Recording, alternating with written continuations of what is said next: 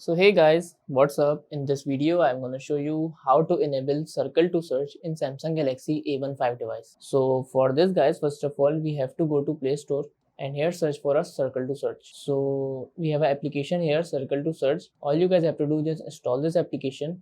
Now guys, after installing, just click open and then click accept. Make sure we have to change the assistant setting. So just go to settings and then click here. Now select circle to search.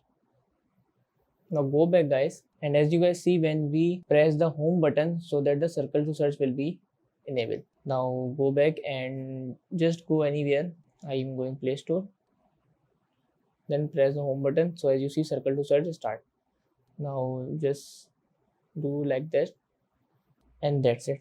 So that's how we can enable circle to search, and we can use circle to search in Galaxy A15 device. So that's it about the video. If this video helped you guys, kindly like the video and follow us for more tips and tricks. See you guys in the next video. Take care.